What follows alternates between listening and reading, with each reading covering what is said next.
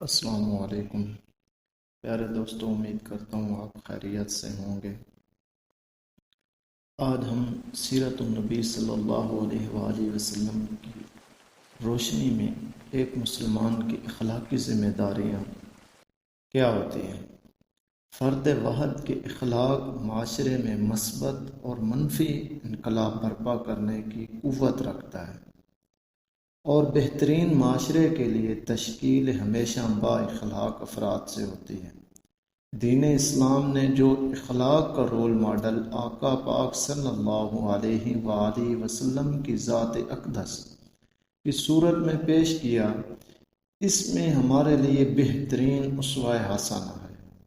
آقا کریم صلی اللہ علیہ وآلہ وسلم کی اعلیٰ اخلاق اور خلق اخلاق کا فرمان قرآن کریم میں یوں ہے، وَإِنَّكَ لَعَلَىٰ خُلُقٍ عَظِيمٍ، اور بے شک آپ صلی اللہ علیہ وآلہ وسلم اخلاق کے بہت بڑے مرتبہ پر ہیں۔ ایک انسان اپنے معاشرے میں، اپنے گھر میں ایک اچھے اخلاق سے گھر میں اور معاشرے میں انقلاب برپا کر سکتا ہے۔